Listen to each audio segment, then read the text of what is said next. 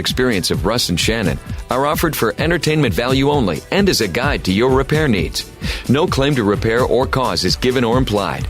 Always consult with your own certified technician and follow all safety procedures before attempting any repair.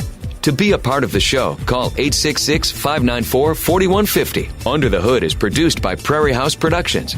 All content is the property of Nordstrom's Automotive Incorporated and may not be used without our permission. Copyright Nordstrom's Automotive, Inc. Now, let's go under the hood with the Nordstrom's Motor Medics. Welcome to the Under the Hood Show. We are glad to have you with us. Russ Evans is here to answer your automotive questions. Thanks for joining us under the hood. Shannon Nordstrom is here to do the same. Welcome, hoodies. Thanks for tuning in so we can help you tune up. I'm Chris Carter here to answer your calls at 866-594-4150. 866-594-4150. It's been a while since we've had the whole group here. Yeah, the gang's back together again. And we've got calls coming in from all over the country, so let's get right to them and start with Terrell in Mississippi. Terrell, you're on the Under the Hood Show. What can we do for you? Hey, how you doing? Fantastic. Yeah, I got that. I got that F-150 2019 F-150. Got the V6 turbo in it. And I'm having problems with it's got a real strong exhaust scent, when I'm idling. I have to put it on recirculation because out fresh air, it's pulling it in the vehicle. Oh. And my temperature around 11%, on bank 2, I believe it is. Y'all having issues with those, with that issue? We haven't, but we've had some with exhaust leaks. I had one in our shop yesterday that had some exhaust leak after some repair, and they've got those metal flange gaskets, so we had to loosen it up. When it was warm, we loosened it up while it was in the air, running on the hoist, and tightened it back up again. How'd you do that without burning fingers? With an extension and a socket. That still not sounds using my like bare hands to No, screw that it. sounds- I'm not the $6 million man. I know. You guys talk about that stuff like it's no big deal, but boy, It isn't for, mechanic people. So, yeah, we just loosened it up, tightened it back up, and the noise went away. But if you've got any kind of leaks on those things, it sucks right in the vent that's right up on the cowl on that passenger side. Even a driver's side leak will come up there and pull in, and it just stinks. It gives bad air. But if it's adding 11% on that bank, it's probably because of that exhaust leak. It's probably getting oxygen inside of that pipe. And that's Even disturbing.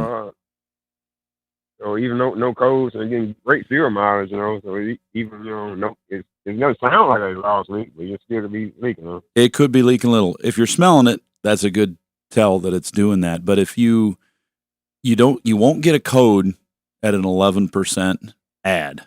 Like Chris's car would add, 11 to 15% with one type of fuel, and a different type of fuel, it'd add 27 and turn the light on. So you don't get the light until you get there, so you'd get no code. So if you've got one bank that's higher than the other, that's a good indication that that's the side that's leaking. And it might be just a small leak, but if you're smelling that with the air in the normal vent position, it's got to be pulling it from under the hood if there's no other cars around, because with the tailpipe so far back, you'd never get that up to the front cruising down the road unless there was another car in front of you that was really like a classic that had a lot of exhaust hydrocarbons. And this vehicle hasn't had any modifications done to it? It's all completely stock, or has it had exhaust put on like cat back or anything? Has anything been done to it? No, it's just like new, 56,000 miles, and it's real strong at the exhaust at the end back there. I'm saying I don't hear the noise though. You heard that noise in the background, though, right? It wasn't him being paged. It's right. fine. I just want to make sure he's hearing. I think it was Tyler, not Terrell. Yeah, unless he goes by two names. Could be. Are they paging you? No. Okay. Does that get you pointed in the right direction there, Terrell? Yeah. It's exhaust leak, yeah. So the only way, if you have a real hard time finding an exhaust leak, for us up here, it's a little easier because we can do it a little longer than you can there. But if you get a morning that's cool enough and the dew point is just right, that when you start the truck, you see that mist come out of the exhaust like a cloud, start it up with the hood open and look underneath the hood and see if you see that coming out somewhere else. It's great for Okay. us. I just start it up and look, because it only do it for 10, 15 seconds as the exhaust gets hot. But I look and I see if I can see other places that cloud is coming out of the Interesting. Okay. Cheater. engine. Cheater. That's a good idea, though. And the other thing you can do, you don't want to do it a lot because you'll build up a lot of carbon quick. But if you pour just a tiny amount of transmission fluid in the intake, Ooh, it'll burn. give the warning here. Oh yeah, she'll burn black smoke. But that'll clog up your. You can't just pour like a quart in there, but it doesn't take much to get that thing to do that. The other thing I don't that, like that the other thing that works that's completely clean, if you got a fog machine in your shop. Not a disco one, Oh, Chris. because I have a fog machine. in That my would shop. work too. But Yeah. if you got a fog machine for checking for intake manifold leaks, stuff that in the exhaust pipe and duct tape it shut and then run it, and you'll see where the leaks are in your exhaust system. Huh? Interesting. Now, the ones that show up when things get warm only makes it a little more difficult. Right. Run it. Well, I bet if you ran the thing till it was hot, shut it off, and put the fog machine in it, that catalytic converter would still be hot enough. It'd probably dissipate the fog, but you could try it. Terrell, thanks very much for the call. Good luck. 866-594-4150. Let's go to Georgia and talk to Howard. You're on the Under the Hood show. Howard, what can we do for you? Hey guys, how you doing? I bought a Fantastic. 2005 Chevy Trailblazer about 4 months ago. I bought it from a man, and it ran good. And about 2 months after I had it, it started to running hot, and it would get so hot that the reservoir would be boiling, but not the race from the radiator. And I took it to a mechanic. He put a test on it, and he couldn't find no reason why it was running hot. And eventually said, it's so hot, and it could be causing, but when it comes wintertime, you won't have no problem with it. So I don't know what's going on. How about y'all? I wonder if it's got an airflow issue.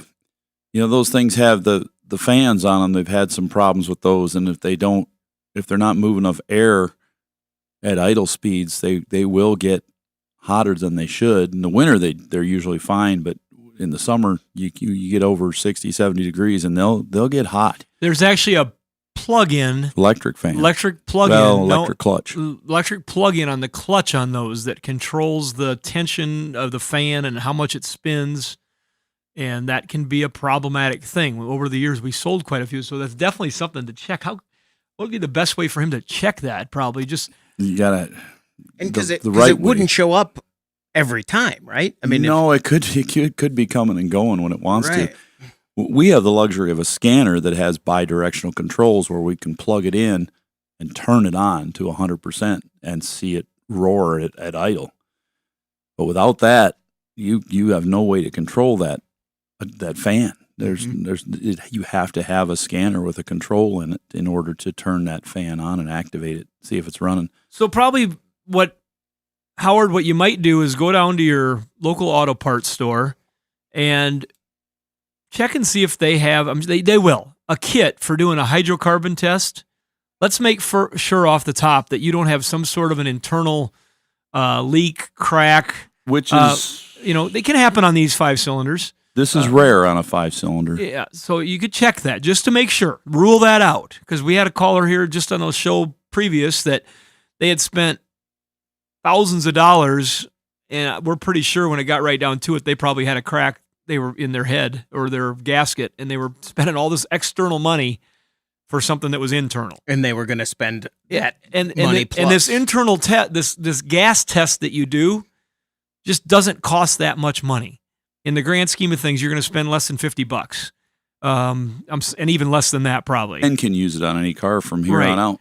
And so check that first, probably if you can't get somebody to help you with a scanner, or if you don't see a physical restriction in airflow, because it sure sounds like an airflow issue, but the only other component on that vehicle, other than the radiator and the condenser that sits in front of it that could be bent, clogged up, whatever it might happen to be to let air not come in, bugs. You put a grill on there of your favorite football team and blocked it, or whatever it might happen to be, is that fan. And that is a thing that we've sold a lot of over the years. So that's the next place probably to look after that. And if not... What's the name of that fan, you say? Well, it's the fan clutch. And typically, Russ, if I'm wrong on this correctly, they're electrostatically controlled within the clutch, the old style ones that they have. And this particular one, they actually put an electronic servo of some sort inside of the clutch to control. Use that on a lot of vehicles. To control the tension inside of that clutch. So how much slippage it basically has to create the speed that the fan's going to spin at. Sometimes they can hold that clutch and they can spin that fan just about as fast as the motor is running. Other times they let it slip so that the clutch is only running a quarter speed of the motor or whatever it might happen to be. And that's all electronically controlled in that vehicle. Howard, thanks very much for the call. Good luck. 866-594-4150. That's the number to reach us here at the Under the Hood Show. When we come back, we want to hear from you.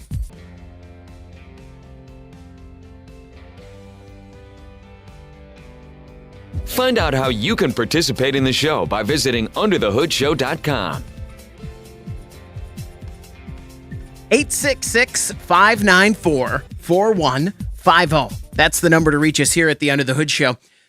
We're going to talk to Andrew in just a second, but Tareel's call reminded me I had a real lapse of personal character the other day. I was in traffic sitting at a stoplight, and just like you guys said with that exhaust smell, somebody's radiator gave out at that moment because there were like 12 cars in a 3-lane stoplight, and it was strong and powerful. And I went, oh no. And then I saw smoke coming out of another guy's car, and I was like, oh, good. And I felt bad for that. Oh, you thought it was yours. I thought, yeah, because I've had that smell before. On that car, on yeah, that car. I got you. So I went, oh no, oh good, it was that guy, and I just felt bad about that and I had just gotten my car back. Mixed emotions. Yeah, for sure. 866-594-4150.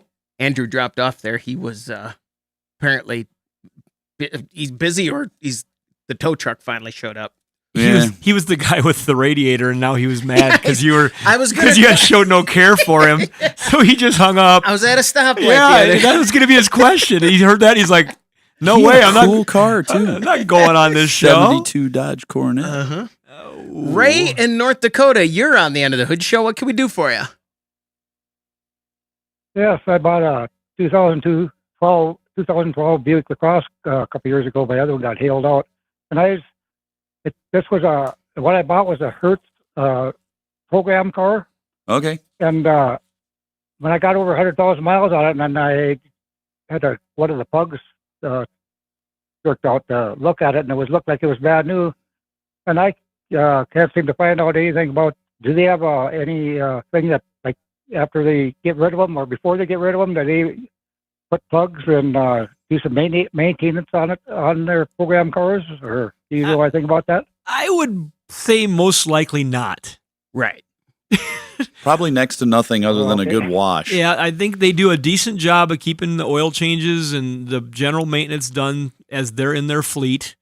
We've talked to people before. There's a better chance that a rental car that you bought with no history other than knowing it's a rental car has had regular oil change and maintenance, probably than a private party car that ends up at a auction from a dealer that they don't have records on. Right. I would bet on the rental car. Yeah, for sure. If I was going to bet on one. Is that, you guys agree with me on that one? For sure, yeah. But as far as when it comes time to pull that rental car out of the fleet and send it away to auction, I don't think they're spending any extra money at that point. Maybe some cleanup, some detail. If something's broke on depends on what lane they put it in, whether it goes in the fix-it lane or if it goes in the hey, A+ gold star. We're going to, dealer, you got no problems. You buy this car, we're here for you. They've got different ways they sell those things at auction. But I think most of the time the general consensus is when you buy those vehicles is that they were probably driven, and if I'm wrong on this, somebody can correct me, there might be instances, but they were just driven probably 2 weeks or 3 weeks before it was up for sale. There's that car probably exists as a number on a spreadsheet at a certain point that got moved out. Yep. And they went, does it run? Have you had any complaints? No. Nope. We're going to sell it. Okay. Yep, it goes out. Along with 500 other cars that day. And the one thing we've been running into a lot of here lately, and it hasn't been lately, it's been for years, but the number of rental car vehicles that are ordered from the factory without the spare tire and jack kits. Oh. And a lot of vehicles that are made from the factory without the spare tire and jack kits now. Mm-hmm. And so if you have a vehicle you've bought, we tell people this all the time, pretend like you're going to have a flat tire.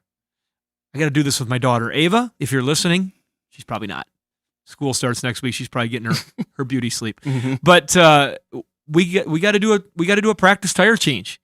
We got to make sure we got all the stuff in the car to do the tire change. And there's a lot of people opening the trunk and find out they have no jack, no tire, no nothing. Or flat tire. Yeah, or be prepared if you've got a rental car. If you're going to rent a car, like Shannon said, a lot of them don't have that jack in there. They also have a little note in there that you're probably not reading that says you are responsible for your own flat tires.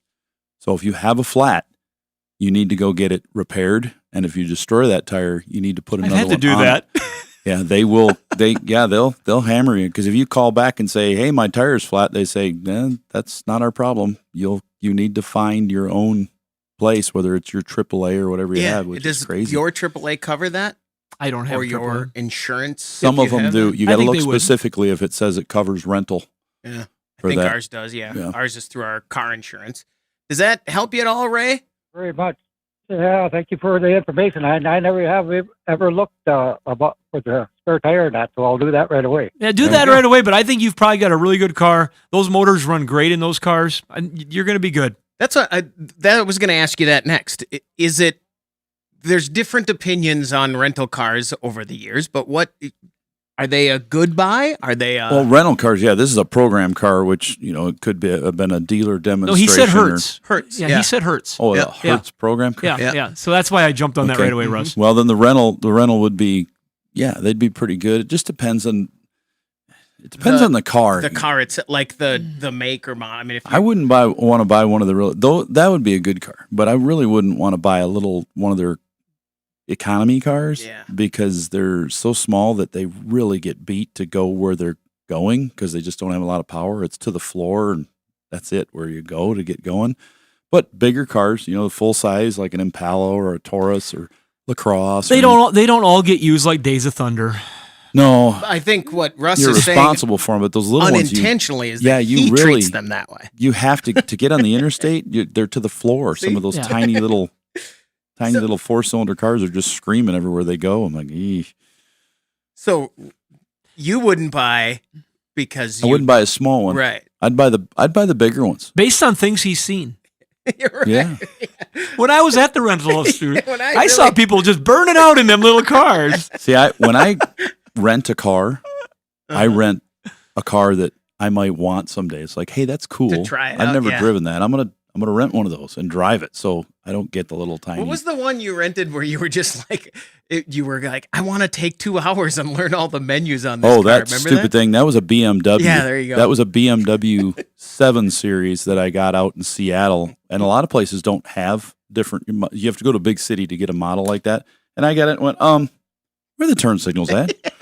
I like it. What? I mean, just all sorts of weird stuff. Is like, how do you put this thing in gear? Then it became a challenge to you. Right. Yeah, well, you know how the shifter is weird. So the first time you hop in, you go, what? And it was brand new at the time. They just come out with that new iDrive thing or whatever they call it. Like, this is crazy. Couldn't turn the radio on. I'm like, come on. 866-594-4150. We're going to take a break. When we come back, we want to hear from you on the Under the Hood Show. We'll go to Montana next.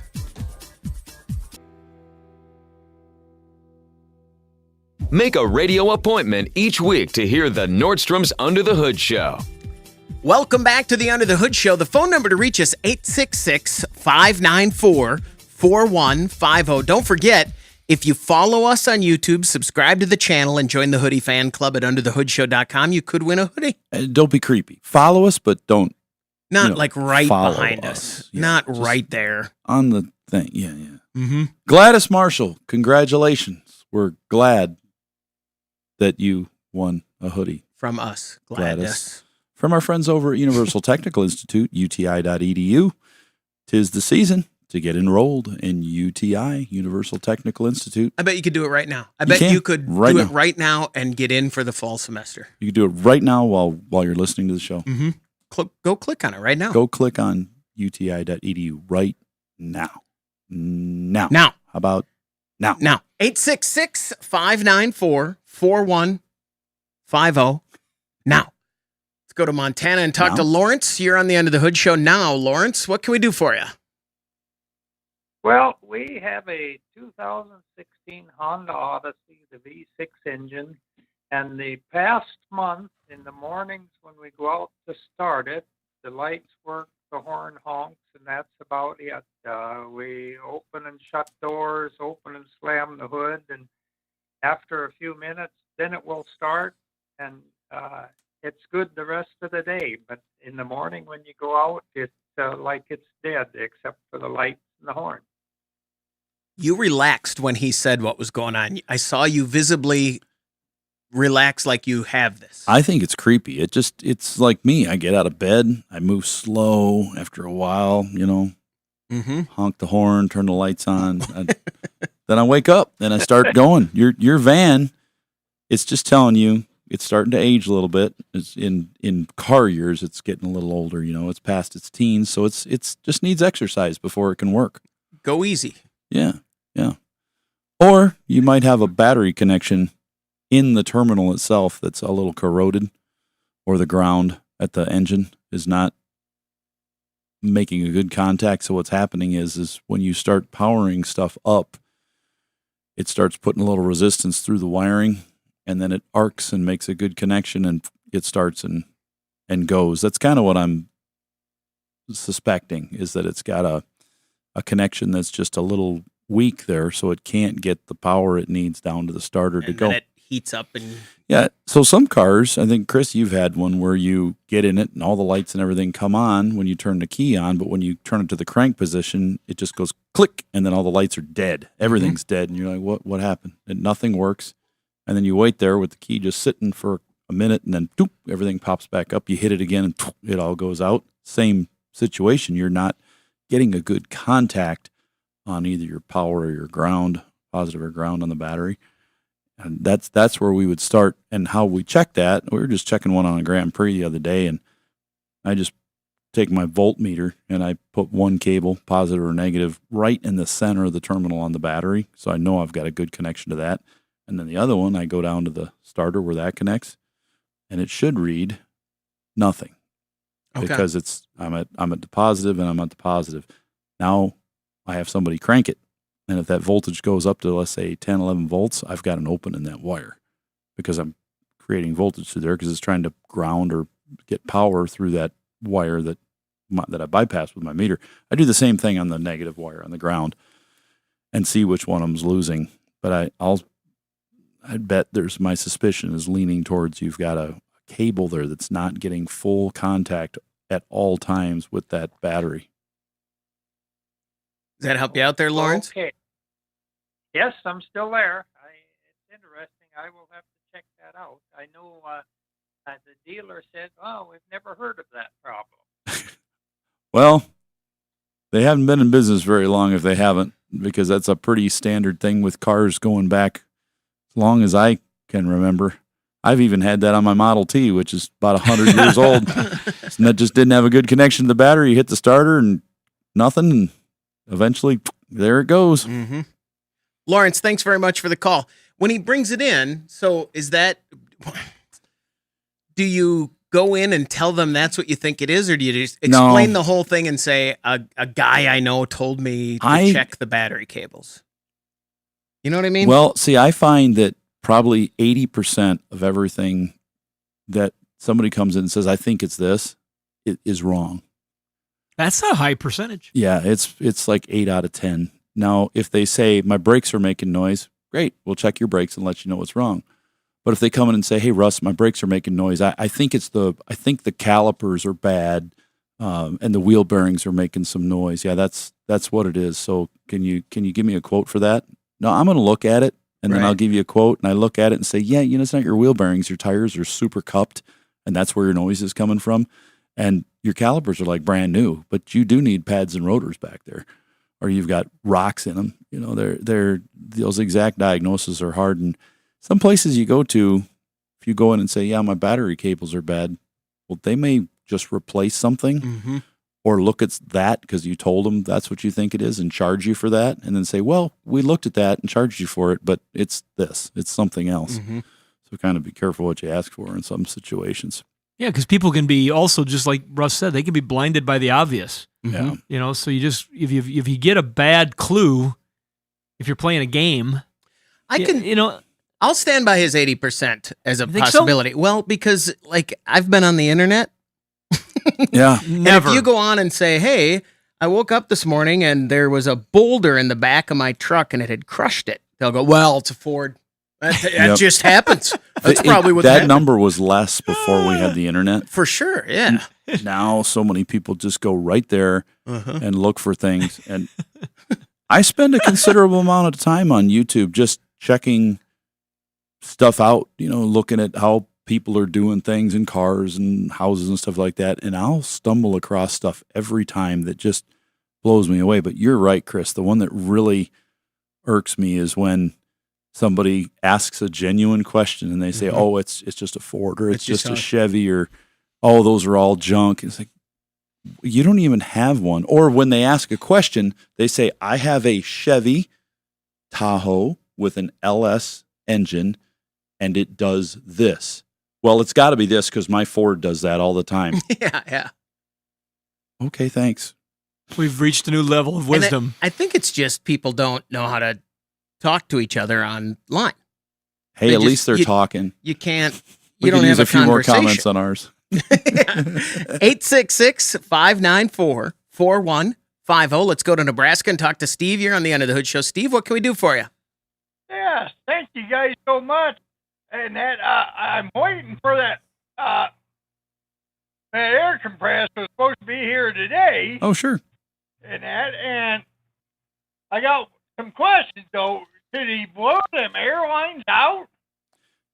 Yes. When he put that new compressor and dryer in? So you've got a 2005 Lincoln Town Car, and it's time for a new air suspension compressor. Before you put that on, if you have any doubt about the complete clarity of the air system, water, dirt, any kind of moisture, bugs, anything that could be in there, before you put the compressor on, we strongly suggest that once you take the old one off and you've got an open line up front, go to the back, disconnect both of the lines from the valves on the airbags, blow compressed air through it. It's just a straight single line from the front, goes to the back to a T into each bag. Blow it out, make sure there's no water, dirt, or anything coming out of there. Then plug them back into the bags, plug them into your compressor. And when you plug them into those bags, make sure that you use a little bit of water. You don't want to use oil or anything, but a little bit of water just to dampen the lines when you plug them in. Push them in until they stop, and then pull them back out and they're seated. Push them back in again and pull them back out. Do that at least 2, maybe 3 times. Make sure they're in all the way and seated all the way, and that the end of the line is cut completely square with itself and not at an angle like a point. And then you should be fine. But definitely blow air lines out. And this goes for any air compressor for suspension on any car that uses compressed air. Okay. Well, thank you guys so much. You're welcome. You bet, Steve. Thanks very much for the call. Did either of you panic at the beginning? Like, did I forget to bring him in? I was like, oh, was I supposed to bring the air compressor? Yeah, no, it was none of us. So, yeah. That's what I felt. That was my first reaction. Like, he's called in before on a show, and we talked about his air system. So he's making some moves and getting some repairs made. I think that's good. 866-594-4150. Pennsylvania. Let's talk to Scott. You're on the Under the Hood Show. Scott, what can we do for you? Hey, good morning, guys. I'm calling again as a follow-up for the 2009 Hyundai Genesis with the 3.8, the sedan, regarding the check engine light, which was referring to the emission system on the vehicle itself. And I just picked up the vehicle at Hyundai. They said they couldn't do anything about it after they replaced the canister, the purge valve, the fuel cap, all that kind of good stuff you guys had recommended. Nonetheless, they're saying now the car can't be fixed, even though it runs perfect, because they don't have any parts for it. It needs a PCM, and apparently that, I'm reading it right on here, car needs an oil control valve because the wiring harness and PCM are getting sprayed with oil from the oil control valve. What do you know about that? Oh. Yeah. So if you do have oil intrusion in that wiring harness, if you can't clean it up, it's a good source of a short. Same way with spark plugs, where the wires go down through a valve cover. When they leak, they'll short them out and they'll run horribly as well. Read again what they said. What was it? You just repeat that one more time. PCM and oil control valve in the engine. Verbatim. It's saying customer states the check engine light is on. Check and advice. The car needs an oil control valve, wiring harness, and PCM. We offered a less expensive option of replacing the valve, cleaning the connector, and PCM for $1,200. Wow. So they're suggesting 3 parts. Yeah. Well, I wonder what that valve costs. I wonder if that's something you could put on, and we haven't had to replace one of those, but if you could get one at a reasonable price, put it on yourself, you can definitely clean that connector, that PCM connector and wiring harness yourself, because that's what they're going to do. They're going to get a can of Berryman B12 electrical contact cleaner, and they're going to spray it, and then they're going to use some paper towels or some shop rags and wipe it off, and then they're going to spray it again, and that stuff will evaporate off of there, so you don't have to worry about the residue being left behind, because you can't clean it with like a solvent cleaner, like a carburetor cleaner or anything, because it'll melt the covering on the wire. So you want to use an electrical contact cleaner. Wipe it down really good. But you'll have to fix that valve first. The only other choice is to protect the wiring somehow between that oil valve and the wiring. Then you clean up the wiring and see if it works. But I would definitely see if you can find what part did they say they couldn't get? They couldn't get the PCM. And I went online. They're all over the place. Yeah, they probably can't get a brand new one from the dealer. They don't typically go after used parts, but they can in some situations, even when the car's under warranty, if they're not being made, if they're not available. But I would try cleaning it up. The likelihood the computer has failed is not real strong, because they're pretty tough. Unless something's shorted and you've got a code already, I'd be pretty thinking happily that it's going to work if you clean it. But you don't want to keep getting oil on that.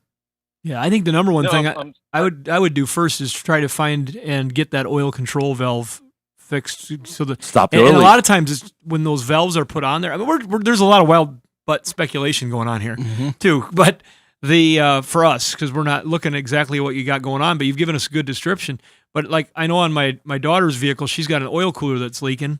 And it's well known that at some point that factory O-ring gets hard, and you got to pull the oil cooler off and put a new O-ring on it. And so a lot of times those oil valves, oil coolers that are replaceable, they have O-rings on them. And it could be a matter of just taking that off and inspecting things, see if there's seals on it, unless it's cracked in a corner and you can see it's literally leaking out of the device itself. Oil control valve for that Genesis on YouTube and see if anybody's got a... I'll bet you there's 10 people that have probably got comments about that particular problem on that particular model. Right. If it's something that happens like that. Scott, thanks very much for the call. Good luck. 866-594-4150. We're going to take a break. When we come back, we want to hear from you on the Under the Hood Show. 866-594-4150. That's the number to reach us here at the Under the Hood Show. Let's talk to Adam. You're on the Under the Hood Show. Adam, what can we do for you? Oh, I have a question. I have some aftermarket running boards, the ones that automatic come open when you open a door, and then when you close it, they go underneath. Are they made like by Amp Research or somebody like that? I got them from Racco, but the ones that, you open the door and then. Yep. Yeah, Amp is a company that makes a whole bunch of those. Yeah. My left side wants to stay down. My right side does not want to come down. Just weld them in place. It'll be cheaper. How old are they? I'm sorry. I got them last fall. Okay. So they still in the 12-month warranty? Yeah, I think so. They'll probably expire any day now if you got them last fall. Take them off, take them in, get them warranted, because they're very problematic. Electric running boards are troublesome, brand new and aftermarket. The aftermarket ones are usually pretty good, but we have seen a few of them that they've got a circuit board in the front of them.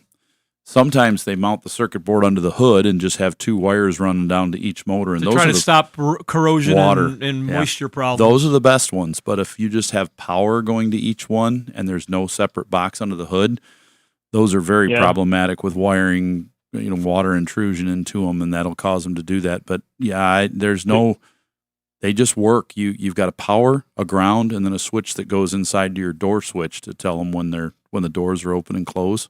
And sometimes an override button. Yeah, because last winter I had problems. They kind of wanted to stick when it was cold out too. So yeah, something's just not quite right in those. I would switch them out with, get them warranted. And if there was a better option available at the time, sometimes you can ask the place you're buying parts from, say, hey, these aren't working. I need to warranty them. Can I pay the difference between what these were and the better ones, and get the better ones at the time they switch them out? And they'll say, sure, we can do that if they got to be warranted anyways, because once they're warranted, now they have a brand new set of yours, which they can put on the shelf to sell as new again, and then they can upgrade you to the next ones. I would ask that, and Radco's always been pretty good with people about things. I don't know what their policies are, but they seem to be pretty decent about what they do. That truck you've got, is it I guess what I was going to say is we see in this part of the world, where are you from? Where you drive this thing at? Like Preston. Okay, so you're from this Midwest area. These things take such a beating in our part of the world. I mean, we get our roads with sleet, slush, snow, and then they put chemicals on there. And all this stuff, where does it stick? It sticks right to the running boards. And so during the cold season and the frozen season, this thing has consistently trying to go, sometimes when it's frozen like a brick. And if you don't ever get a chance to get them inside and get them de-thawed every night, thawed out. Why do I say de-thawed? Yeah. I always do. Defroze, unfrozen. Wouldn't de-thawed be froze? Froze. Yeah, it would be. Frozen? Let it go. But if you go ahead and get them things so they're not frozen, that helps. But some people can't do that. Right. And it puts them under a lot of stress, and these little motors get stress on them. The stop mechanisms get stress in them. They're problematic. Even the factory ones, in our part of the world, they're hard on them. It's really hard on them. And don't wait, because that warranty, like you said, if you say, oh, I'm going to bring it in next week, well, that's 3 weeks from now. Yeah. If you're like me, you're going to go, and then next week you're like, oh, it's already next week. Can I tell you something else about them, the factory ones? Yeah. They're really expensive. Yeah. They're crazy expensive. And there's some that they sell parts for. You can buy a motor assembly. You can buy a module assembly. And there's other ones now we ran into, like on some of the Rams. I think we had a couple of Ram products we ran into. It was a non-serviceable assembly from the factory. You bought another running board when you had a problem. Adam, thanks very much for the call. Good luck. 866-594-4150. Let's go to Wyoming and talk to Larry. You're on the End of the Hood Show. What can we do for you? Yes, sir. Thanks for taking my call. I've got a 94 Ford F350 with a 460 in it, and I took it into the mechanic, and he said, well, I can't get it to time right. Well, I took it to another person, and she couldn't get it to time right, and some guy said it was a PCM. Well, I took it to another mechanic, and he said the PCM's bad, and she supposed to have this and rebuilt, but anyhow, he said it's the wrong PCM, and he said there's 4 different PCMs that fit that motor. So I don't know what else to do. Yeah, and you may not be able to find one at all. That's going to be hard. If you can find out what it originally had in there, that's the first place to start. And the different PCMs, they're going to be the same. If it's a 94 F350, if it's got the same gear ratio, you take another computer out of another vehicle with the same gear ratio and also a four-wheel drive or two-wheel drive, automatic or manual, then the PCM is going to work. The difference is the emissions calibration that's built into that computer, because it's not something you flash to change like you can on newer cars. So it should still operate. You should still have most things. Now, if it was from a different emissions one, like a California emissions one that had an EGR valve, DPFE sensor, where another one didn't, you might get an engine code if it doesn't have one wire than the other. But basic running operation, it should still run and operate. Didn't see a lot of failed computers on those vehicles, but we saw a few. I know there's a few part numbers in there that we run across that the core buyers are always looking for. Mm-hmm. Now, I don't know if it's this one, but there are some old Ford computers that we'll see on our computer programs where we decide what we're going to take off of vehicles when they're being processed for cores to go back to rebuilders so they can have stock to make remanufactured units. We will consistently see some middle-aged Ford computers on there that they're willing to spend $100 to give us just for a core. So that tells me that they're bringing it back through a process, and that's probably going to end up being a $300 computer back out in the parts store. But that can be a challenge. Now, having said everything we just said, our partner, Car Dash Part, is a great resource for something like this. If you go on there, now you're going to see, like Russ said, they might have, it's very frustrating for the parts people in the world, they might have 7 different part numbers available, but oftentimes they all funnel back to the same interchange number. Like Russ said, because of those emissions changes and things like that. But there are times where you'll see, nope, it's got to be an automatic, it's got to be a 460, it's got to be this, and then you start picking the ones that are going to work. And so we have a lot of people that have bought the incorrect part number before just because of what Russ said. They know it's still going to run the engine, and they're going to be able to time it. Russ, is there anything else that you would challenge them to look at? Because I know we had a similar engine in our old tow truck to check on if they can't time it. Is there anywhere else that you would look at? We had one that they denied an ours engine warranty. Ours is a little bit older, I guess. But. Yeah, we had the same setup, though, with the 460, and they denied the engine claim because they said it was a timing issue, and we ended up putting a distributor in it. It had, the shaft was worn enough in it that it just would not give the correct reading. We tried to time it, and then it would be off. We'd time it, and it'd be off, and then we put a distributor in it. We put a couple computers in it, didn't change anything, and then we ended up putting a whole distributor in it, which kind of surprised us because there's no advanced, nothing in there, just a pickup inside of there, but it was just off enough. It was doing wacky stuff. Larry, thanks very much for the call. Good luck. 866-594-4150.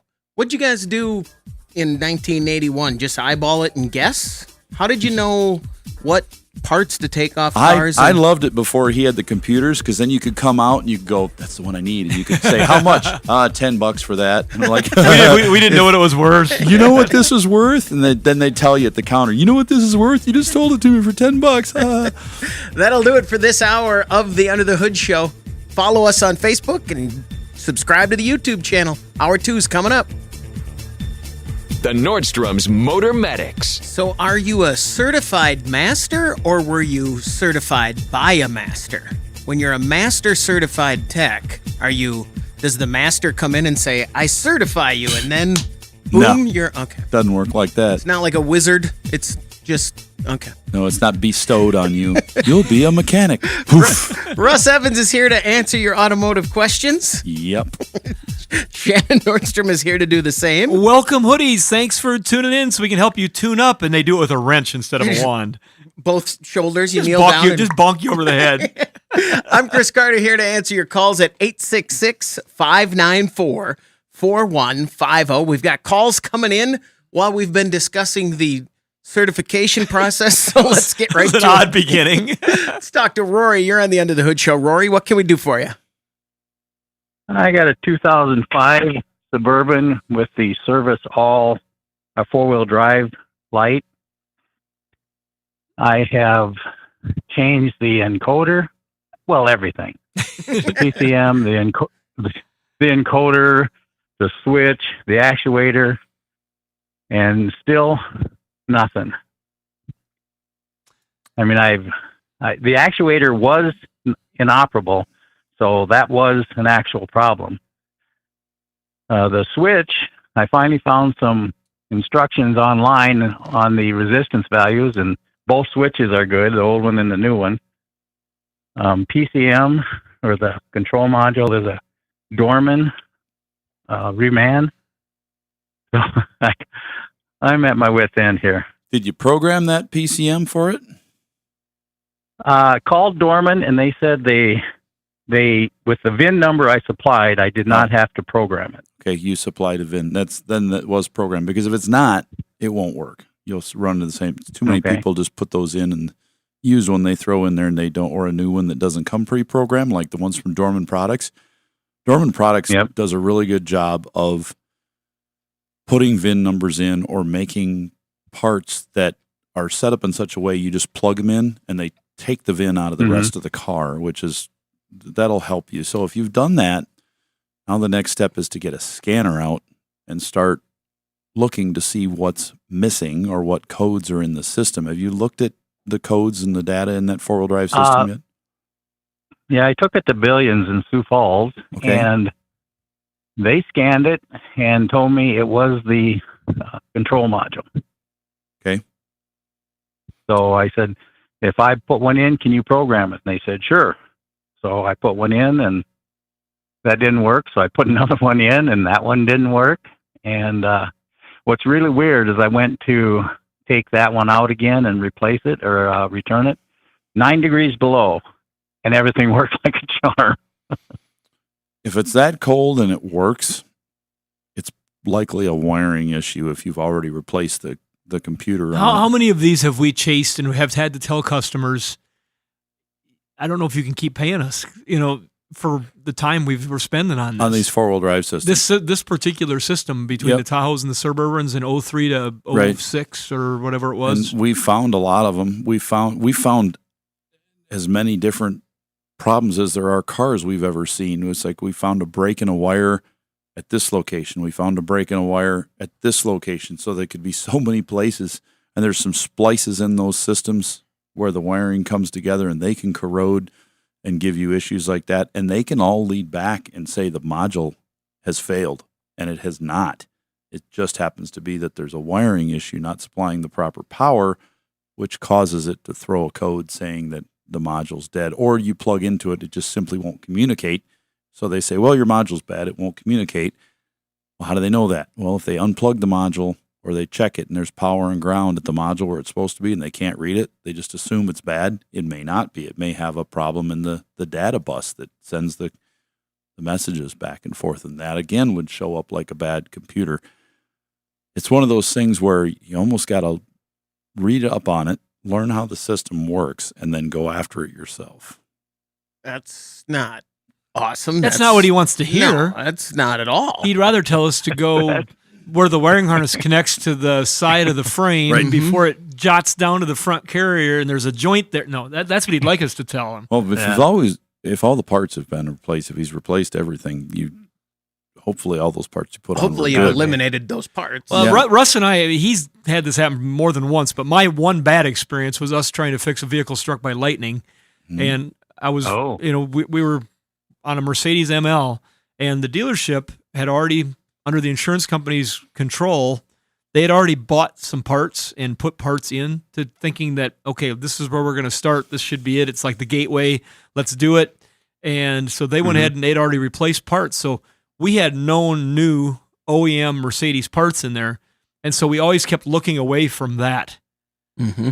But what had happened is when they went ahead and put in one of the other parts down the string, it killed one of the new parts that had been put in there. And so one of the new parts that we assumed was OEM, brand new, good, we kept pushing off to the side. It can't be that. And we figured out later down the road after doing a lot of work that one part probably would have got the thing running. Rory good luck. Thanks for the call. There's no real definitive. No. One thing, though, that he just said, he knows the components. There is Right. not a lot of components in this system.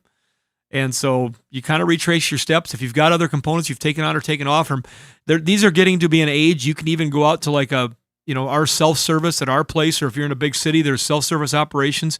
You're going to find some of those types of vehicles in that year range: Suburban, Tahoe, Yukon, Avalanche, Escalade, Denali, not Denali. They got Escalade and Denali. I forget I said that. They got an all-wheel drive system on that's different.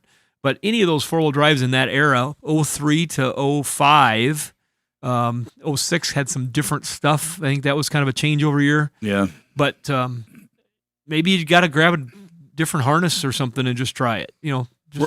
Rory, thanks very much for the call. Good luck. 866-594-4150. Let's go to Georgia and talk to Tim. You're on the End of the Hood Show. What can we do for you, Tim? Hi, fellas. I appreciate you taking my call. You bet. About a 94 F-150. It's been a couple of months now, and I did eventually figure the problem out, but I don't know why. I hope maybe you guys can shed some light on it. So the truck ran when I bought it. The lady said it had overheated a little bit, but she said it did run, and it did run, but it just run really bad, and it had terrible blow-by. So come to find out, it needed an engine rebuild. So I did. I rebuilt the engine, new rings, new bags, whole 9 yards. Reinstalled the engine, and I went to start it, and it wouldn't start. No spark, no fuel. So I got to poking around. I said, let's get spark first. And I pulled the spout out, and I had spark it would fire on, starting fluid. But it wouldn't, it had regular spark. So I said, well, maybe the computer is bad.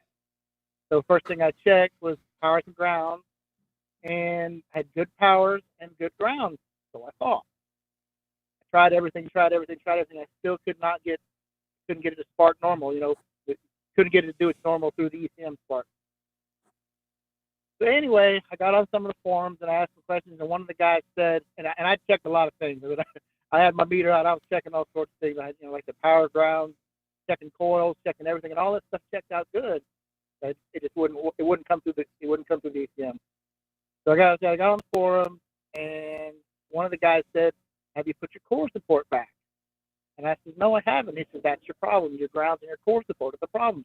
And I said, but I checked grounds at the ECM and they were fine. But I said, I'm going to go ahead and put it on there because that's, something I hadn't done. And I did it, and that was the problem. So if I was checking the ECM local at the ECM and I had good grounds, 3 grounds and 2 powers, why would that be a thing? Well, it depends. If it's one with the fuel control module, the fuel pump control module that's bolted up there, that's got to be grounded. Also, the grounds, you're only getting a partial ground. If you're checking them at the ECM by disconnecting it, and you check your power and ground there, and it shows you have a good ground, you need to check it with the PCM plugged in and the ignition switch in the on position. And when you do that, you might find that the ground is not so grounded.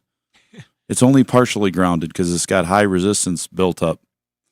And that's why it would do that, because you've got 2 black wires that are hooked together with one eyelet that ground up on that core support. And they have for a very long time on Fords, and now they don't any longer, but they did for years. And it was problematic for years because people would get corrosion there. They would not hook them up. And the EC4 and EC5 systems had that system. And Shannon, did it catch you when he said he pulled the spout out and it sparked? I did not catch that. Yeah, he said he pulled the spout and it sparked. Chris, any ideas what the spout is? Nope. Spark output timing connector. You unplug this little, it's got a little, you've seen it. I remember you talking about it, yes. Little plug-in. Yeah, you pull that out because the engine computer controls the timing. But with that pulled out, it'll spark on its own without the engine computer. So typically, if you have no spark and you remove that, you've got a bad computer or bad wiring to it. Does that help you? That's exactly what I thought I had. And I'd actually ordered, I went and got on carparts.com, and I ordered a computer had to come all this to California. It took about 2 weeks. And I got it in there, and I put it in there, and I went to fire it up, and the same thing, and I was deflated at that point. Oh, yeah. Sure, that computer was bad. Anybody who's got a Ford, and you see those 2 black wires that hook to an eyelet up on the core support, Make sure it's clean and tight and well grounded, because that causes Pre-1996. so many problems on those vehicles. Even cars, the Escorts, the Taurus, they all had that wire. But the Mercurs. Tim, thanks very much for the call. I feel like we just got shut out there. Like Tim and Russ were both just bragging about. That was awesome. That was a different conversation. That was a great call. Yeah. If anybody that appreciate that stuff, that's awesome. I remember all of it once he started talking about it, but that was great. Tim, thanks very much for the call. We're going to take a break. When we come back, we want to hear from you. The phone number to reach us, 866-594-4150. Prepare to learn something. You're going under the hood. 866-594-4150. That's the number to reach us here at the Under the Hood Show. Let's talk to Mike. You're on the Under the Hood Show. Mike, what can we do for you? I have a 2014 Buick LaCrosse. It has the Ecotec 2.4 Ecotec engine in it, and just had the fuel pump replaced because it had a reduced power. I wasn't driving the car at the time, so I'm not exactly sure if it totally went into limp mode or what. It was really up in Cass Lake, so I had the dealership fix it, went up there, got it. I'm still getting the reduced power. It doesn't go into limp mode. I can get up to like 2,500 RPM, and then it'll go into reduced power. I've since then put some fuel injector cleaner in it, and it's got a P0192, I think, fuel rail code, or 191, one of the two. I'm just not sure where to go from here. If you've got a fuel rail code like that, it will have reduced power and give you that message too.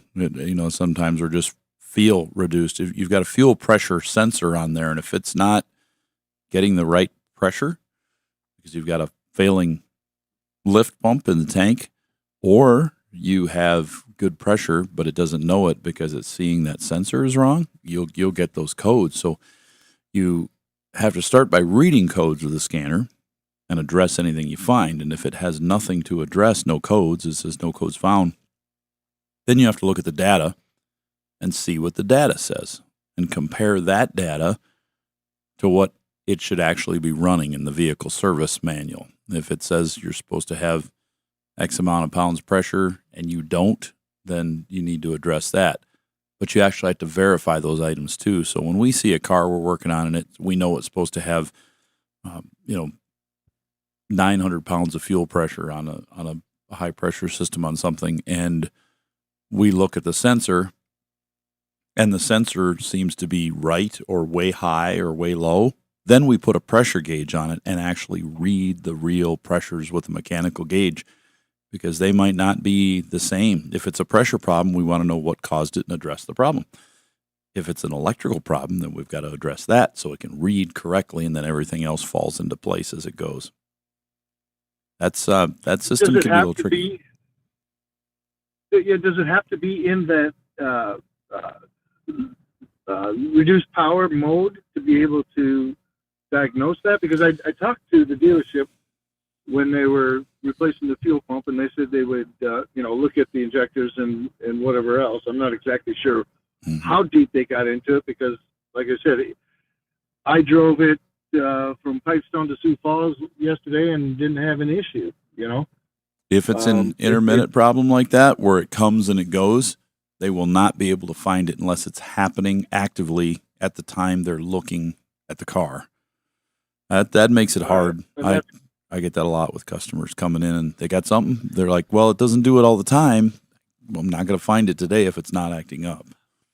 Russ, when you get that sensor code, but he's already, he's got that code, is there any other system that can cause that code to come up other than those components? Because these GM cars can have problems with reduced power every once in a while. If there's a problem with the throttle valve, there's things that can come, the other things that can cause sensors it. Can do that. But they'd have a different code at that point from a different circuit, right? Right, for sure. So they're working in the right area. A lot of it comes down to just being able to read the data and know what those data PIDs, the information from them should be. If you know when the car is running that the intake air temperature sensor should be about here. Get a little warmer under the hood, but the outside temperature is X. You want to make sure that is correct, and you should know that the oil pressure should be here, the fuel pressure should be here, all those things. And if you know where all those things are at, you can look and see quickly what's out of place. One of these things just doesn't belong here. Which one's not like the other? One of these things just isn't the same. Does that help? Getting it into the shop when it's happening is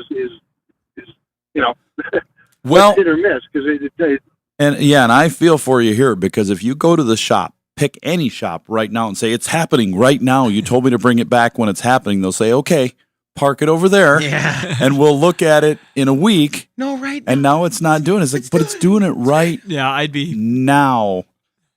I'm learning a lot from other shops and things and people and services that disappoint me. And I'm taking a look at myself saying, if I'm that upset about the way this is happening at other places, how am I doing it?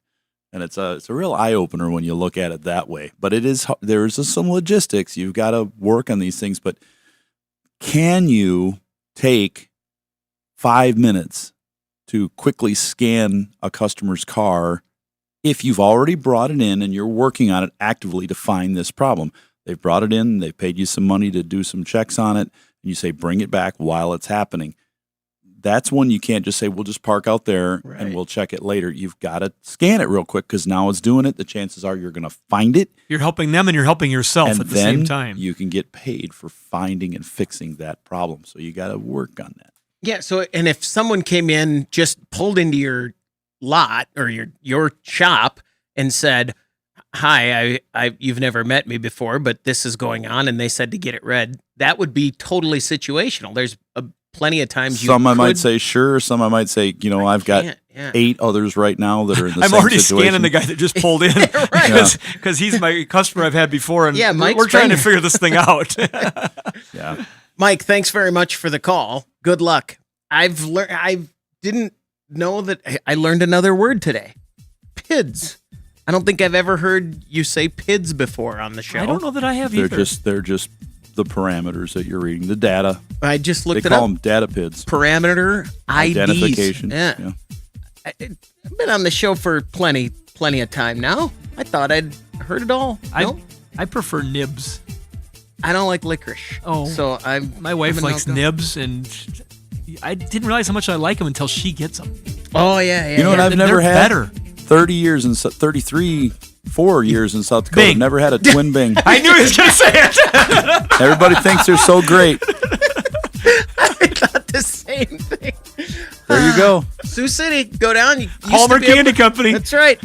We're going to take a break. When we come back, we want to hear from you on the Under the Hood Show. 866-594-4150. Prepare to learn something. You're going under the hood.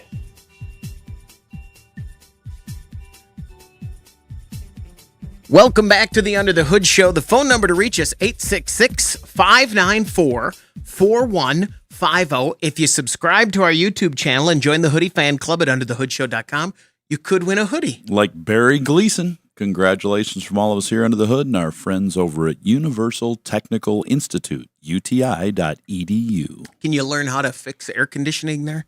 Of course. Car, air conditioning. Yeah. And, whether you believe that it's going to get hotter every year from now on, it's hot enough today, and it was hot enough. I don't have to wait for it to get hotter. That you could use AC. And I always get a kick out when we broke the record from 1912. Okay, so it was hot then too. So summer's hot. This morning I had my heater on. I was watering the grass with my heated coat on. It was cool. It was like 61 degrees or something. And then I had my heater on in my car. They can't see us on YouTube looking at each other. Then by the time I get to work, but you could go look now. But by the time I get to work, I'm running my air conditioner. When the sun comes up, you go from here in the winter, we talk about the extremes, but in the summer, well, we're going to have lows like 64, 65 degrees and highs 100 or a little better over the next 3 or 4 days after today. So it's like up and down. So it's like you better have a knob that works on your control on your And dash. I just got my convertible back, so I'm still in the principle of the whole thing. So I'm putting it down when it's not raining, and I'm freezing in the morning and roasting in the afternoon. I figure I only got a couple days left of that before I go, why don't I just enjoy myself? But right now I am full on, I'm soaking in that air. Convertible owner. I'm gonna use it. You drive the convertible and you look cool. I drive that car and I look like Barbie in the Barbie movie. Bug line above his eyebrows. Yeah, my head sticks up over the top of your windshield. I have to like lean, and I can't lean the seat back because you've got that roll bar in there, and it won't go back. So to drive it, I have to sit up, and I'm literally leaning down a little bit so my head is below the metal of your windshield. I'm like, Let's talk to Bob in North Dakota. Bob, you're on the End of the Hood show. What can we do for you? I have a problem with my 2005 Jag XJ8. I bought the car used in Phoenix. It had about 140,000 miles on it. Ran fine, ran nice and smooth, no problems. Drove it up to North Dakota. And I put on some additional mileage on it here, and the check engine light came on. I went in and had it checked, and they told me that there were spark plugs had gotten fouled and they needed to be replaced, etc. My problem is kind of multifold. One, I'm out in the middle of North Dakota, and there's nobody around here that works on Jags or is familiar with them. So I ended up, that was my first problem. I found a place in Moorhead where they do work on them. I took it in there, and they said that there were 3 plugs that were fouling, so they replaced them, and the number 1 cylinder wouldn't pressurize. So they tore the top off and stuck a I'm sorry, I'm feeling the expense as you talk. Well, it adds up. Yeah. No, stuck a camera down there, and they checked the spring on the valve lifter and such, and some other things, and they still can't figure out why the number 1 chamber won't pressurize. So basically, I'm at a point where I either tear into it and replace that, or I replace the engine. And I'm going the latter route. I've done some checking online, and you can pick up a used engine actually pretty reasonable, I think. You still have the cost of replacing it, etc., but that's cheaper than tearing the whole thing apart.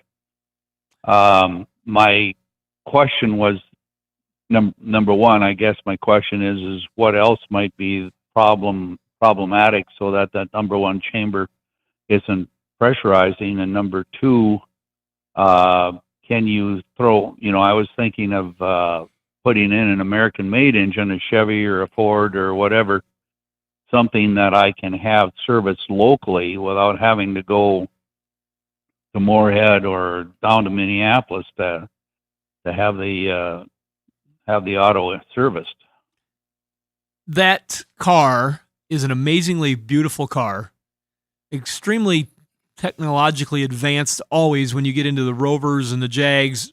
They're either using old technology and they're buttoning it up as tight as they can to get everything they can out of it, or they're using ahead of the time technology. And either way, it makes a difficult car to service when they start getting old. And so I just want to make sure other Hoodie listeners just realize that there's a reason why older Range Rovers and older Jaguars and those kind of vehicles devalue pretty quick, and they look very attractive physically to look at them, but they're also very attractive to repair at a high expense, and that's what happens. And so you're not the only one to tell this story, and it always makes me just cringe a little bit when I start hearing people when they buy one and they don't know how they're going to get it fixed. So I would tell you, if you're ever going to look at one of these cars, make sure you know ahead of time who's in your market that can service it.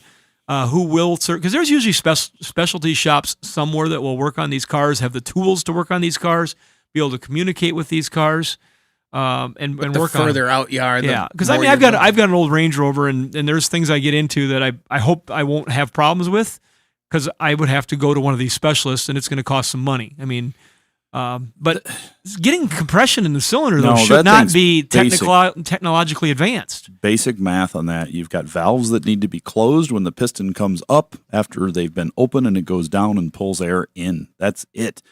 And if they don't have any hydraulically no, actuated they're not electric, anything, or they're not air electrically actuated like those dumb multi-air things they put on the Chryslers, but you put air in the cylinder with the valves closed, and you'll get pressure. If you don't, that's easy, 100% easy to find out why it doesn't. Is there air coming out the exhaust? We've got an exhaust valve that's burnt or bent. Is it coming out the intake? We have a valve there that's bent. Is it coming out the crankcase, out your oil fill cap? We've got a problem there going by piston or rings or cylinders out of round or something. You bring that cylinder to top dead center and put air in it. But if it holds pressure that way, but it won't build pressure when you're cranking the engine, then we got to look and see if the valves are actually opening, because a cam that was flat and did not allow the intake valve to open would cause that. You're not going to get any air in, so it's not going to pressurize when you crank it. You've got to have those valves, got to have the intake valve open when the piston goes down and close when it comes up. But that's the way we do it. We pressurize it and check it. A camera, you can look in there all day long. You might not see anything. But when you put compressed air in through that spark plug hole and it doesn't hold air, it's going somewhere. Now, that's the same way Chevy, Ford, Chrysler, Toyota, Nissan, Honda, I don't care. That's going to be the same. But as far as swapping this engine out, it's going to cost you a little money. You're going to have to find somebody to do it. It becomes a project car at that point. But they do make kits. We've got a tech in our shop who took a BMW, a new, I think it's an 05, 5 or 6, 7, something like that. Yeah, 05, 6. He just posted pictures last night of kind of like a point where he's like, I got it. It runs. Yeah. So he pulled that BMW engine out, and people were actually looking for the BMW engine, so he was able to sell it. It was a twin turbo or bi-turbo, twin turbo engine. So was able to make a little bit of money off of that. Then he used that money and he bought an LS Chevy engine, like a Chevy truck engine, which are readily available everywhere, and they're super easy to work on. Anybody can do it. Bolted it in the car with the GM rear-wheel drive 4L8 or 4L60 transmission to go behind it. So then you have to adapt the drive shaft. Same situation for your Jaguar. You adapt the drive shaft by taking it to a drive shaft shop and put it on. Now you've got the engine, transmission, drive shaft. It's all in the car. And then with the Jaguars, the BMWs, Mercedes, there are companies out there that make the kits to enable you to buy the Holley fuel injection, put it on your engine, and then the kit interfaces your car electronics that are currently in there with the Holley fuel injection. So your speedometer will work, your tachometer will work, the backup lights will work. Pretty amazing when it gets right down to it. You got to want it.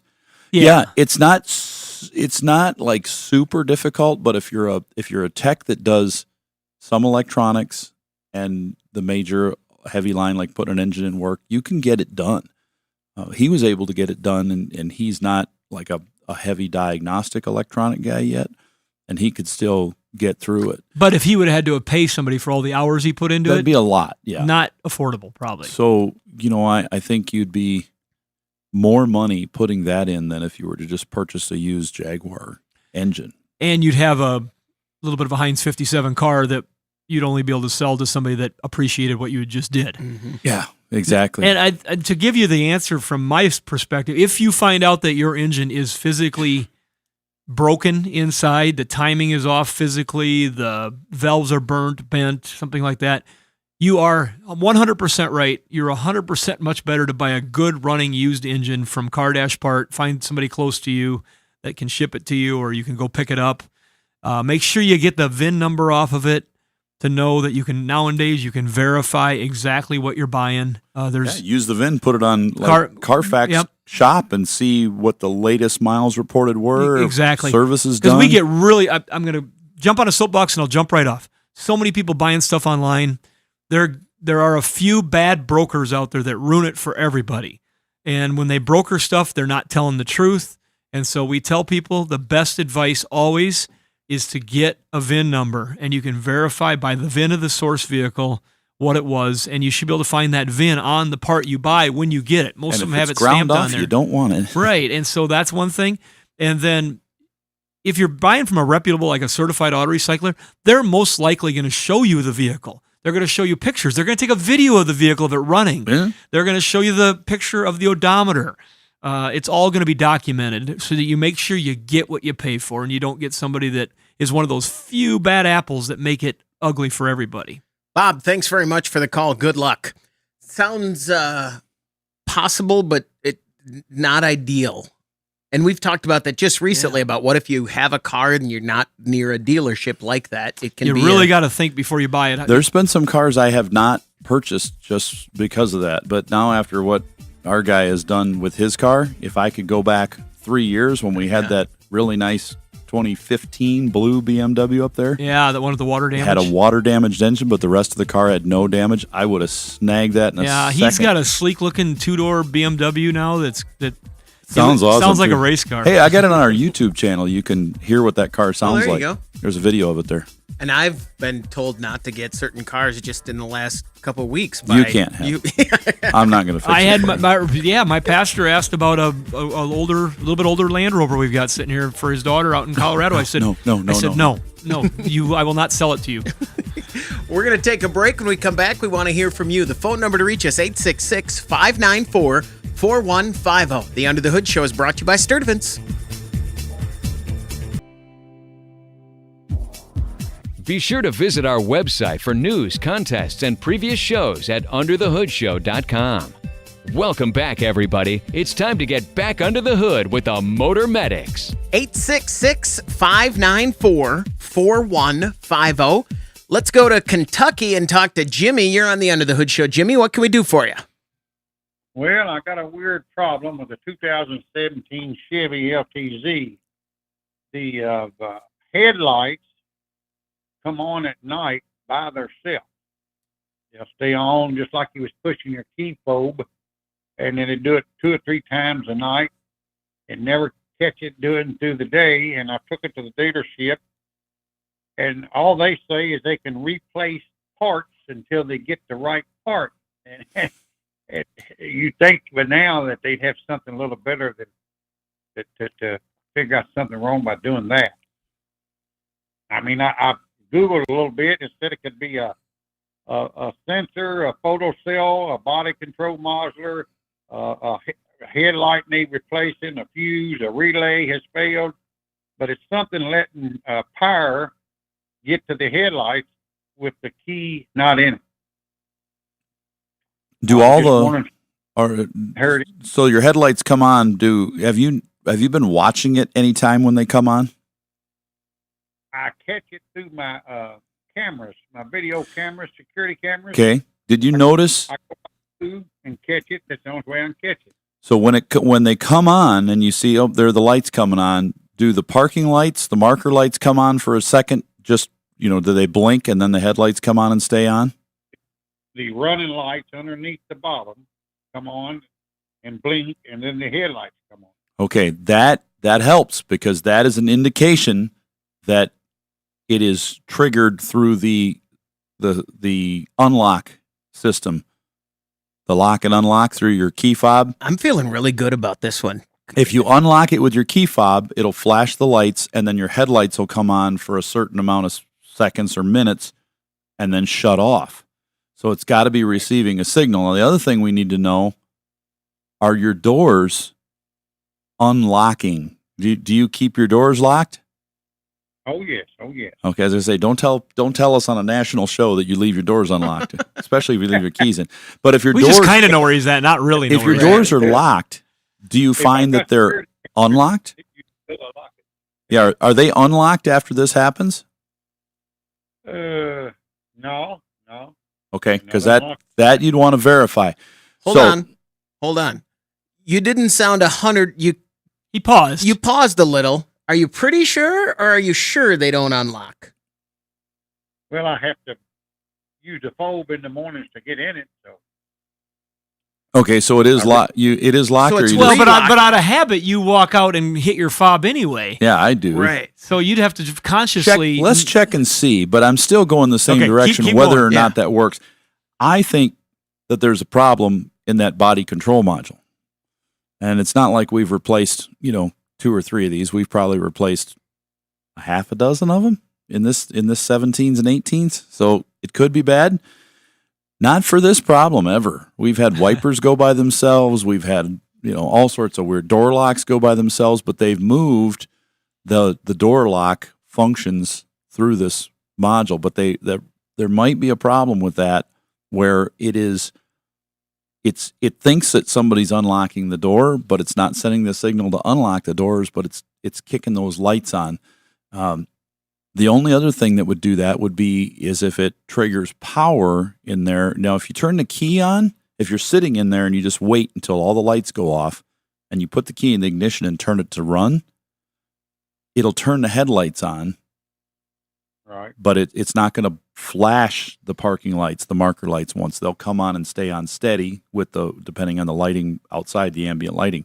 So if they blink once and then the headlights come on, I got to think it's in that trigger system for the door unlock, which is typically the body control module that controls that, or the wireless gateway module, which is all your wireless from your 4 tires goes through that, and your key fob is picked up by that receiver too. Or your neighbor found your extra key fob and he wants And he's to messing find with the you. gold you buried in your backyard, so he's going to try and drive you crazy. We had one on this show 20 years ago, and it turned out it was a Ford truck. The guy had was that Ford, wasn't he? He had the key fob underneath the spare tire under a mat. For like an extra set emergency key. And as the tire would rock back and forth, it would lock and unlock his doors going on the road. And when he sold the truck, he pulled the tire out and there was a key.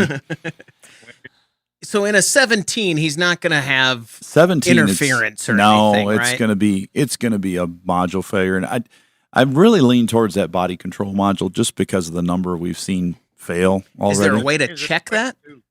Is it a way to diagnose it without just changing a part? And then if it ain't it, I'm stuck. Only what, and they're not real cheap. It's probably going to cost you $900 to put one of those in.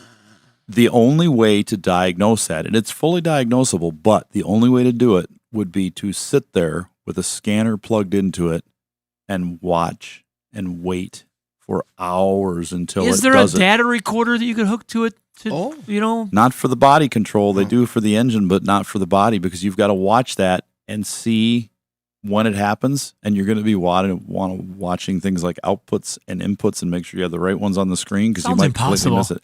It's about impossible, yeah. It's one of those things. It's one of those things where I would tell a customer if they came in, I'm not going to do anything with it. And that's what he's already been told. We'll replace parts. Yeah, I'm only going to read a code in case it comes up and says failed module or something, but I'm just going to look at it and go, nope, not going to touch it until you say, every time I take the key out, the lights stay on and they never shut off. Mm-hmm. Then I can fix that. But have they ever came on to the point where you've had a dead battery, or is it just kind of a flash and done? No, it flashes and done. It might do it 3 or 4 times a night. I've never caught it doing it in the daytime. So I thought maybe it was the sensor, but I put a rag over the sensor and try to make it do it, and you can't make it do it. It just does it when it wants to, I guess, whenever juice or energy's getting to something up there to kick them on and make them flash. Is there a chance that it does it during the day and you just don't notice it because it's daylight, or is it in a garage? Or well, it's I pull it up where I can watch it on my security camera, and I run it back for the whole day. And good. That's what I would do too. Yeah, sounds like a sport now. Yeah, I totally would be. This sounds like a sport. Jimmy, thanks very much for the call. Good luck. Russ, would it do him any good to open and close all of his doors and slam them really hard? Is there anything in the latches that could cause that to trigger to think the door was opening? Trade it in. It's slightly defective. Comes with the security system with the round the clock illumination. Thanks very much for the call. Good luck. Let us know. Send us a message or something and let us know on that one. 866-594-4150. Let's go to Idaho and talk to George. You're on the End of the Hood Show. George, what can we do for you? Okay, my 97 Audi, it will run and everything, but it's vapor locks, and it dies. That's why I have to stop, open up the gas cap, put and tighten it back down, and it starts, and it runs for a while, but it'll keep doing that over and over. Sure. And I replaced the fuel pump, and everything else I could think of. Well, we've had some of these do this. I've seen before. They've got a vent valve on top of the tank that's supposed to be there to vent when they get excessive pressure and excessive vacuum. If I remember right, this fuel cap on this car does not vent at all in any situation. It's just a sealed cap, but that vent valve allows the venting of pressure and the suction when it has vacuum. It pulls it down. So if you're driving it, you have to take the cap off to let the pressure back in there, the atmospheric pressure back in there. It sure sounds like that vent valve is not working, and they're famous for getting clogged up with dirt and dust just driving down the road. And then they won't vent properly, and you'll have this problem. It is a vapor lock because you're losing the vent. Even with a return going to the tank, the lower it gets, the worse it'll get in there. So I would have somebody. You have to have a shop check it out, but it's very likely it's a vent valve that has the problem.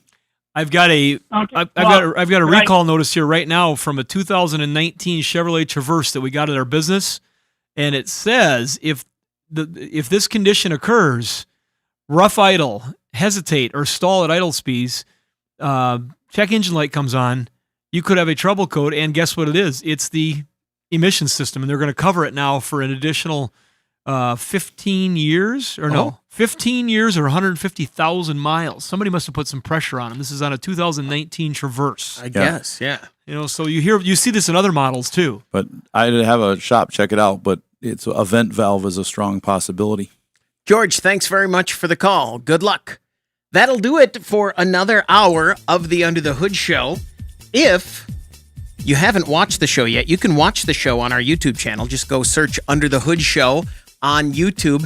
And don't forget, if you subscribe to our YouTube channel and join the Hoodie Fan Club at underthehoodshow.com, you could win a hoodie. All we use the Under the Hood Show, the Hoodie Fan Club for, is to mail out prizes. So go sign up at underthehoodshow.com. Do you love your car, or do you just drive your car? Yeah, people in general, because I have people at the shop that come in, and when they say, well, Stacy's got a problem this month, I'm like, who's Stacy? Well, that's my car. Oh, yeah. Oh, boy. You should have saw the one before. It was Stacy's mom. Yeah, you really got to take care of that car. Yeah, something going on. Yeah, there was something going on, so they finally got rid of her. I did not know that I just had transportation. I always enjoyed the cars I drove. I used to always love driving them, and I want to go drive a 1990 Geo Metro again. Just for if I get one, minutes. I'll let you know. Yeah, my old Metro is across the street at the Palisades down in the woods, and they said, it still runs, but we don't use it anymore. It's too ugly. It's all welded up on the floor because the frame was broken in half, but it still is a 90. We had that 90 Metro convertible up at our shop. Yeah, you should let him drive that. I got it running. I didn't think of it until just recently. I got that baby running, and down the road. Should have traded it. So you never answer your question on your car. You love it? Or you hate it? Well, once I got driving a car I loved, I started hating the old one. I really enjoy, if it's a car I like that, like yours, I really enjoy driving. Just cruising around town, doing nothing, just putting around. Every once in a while, I think to myself, I wish right now I didn't have to use 2 hands and 2 feet. Yeah. But that's about it. Otherwise, I like it. Did you notice a difference in the performance? Yeah. There's lots to say about that off air. Yeah, we took it down and had Excessive Auto Sports in T, South Dakota here, tune that thing, and even though it has less boost than it did before, which I told them specifically to do, it has more power because the timing's different, the fuel is different. It's working. When we say things need to work together, it's now working together. The concert is better. Yeah, it works really well, and I think that thing did 230 some horsepower. 260 something. See, I thought it was 260, but Jake says, no, you said 230. Well, that's 260. That's what I was thinking. And the torque was over. Do you have the report? I do, yeah. And the torque was over 300, which is a lot for that little engine. And that little car. Yeah. But it needs it to haul me around, I think. They were like, who's driving the car? Oh, that guy? We better We better give it a little more. All right, we got to go. Yep, we're good. So we're going to go do some stuff. Thanks, everybody. Make sure to like the video and subscribe if you would, or if you're not logged in, just like it anyways. Just come on, comment, all that stuff. Help the show. And we're going to go answer that question. There's a question in the chat that we'll answer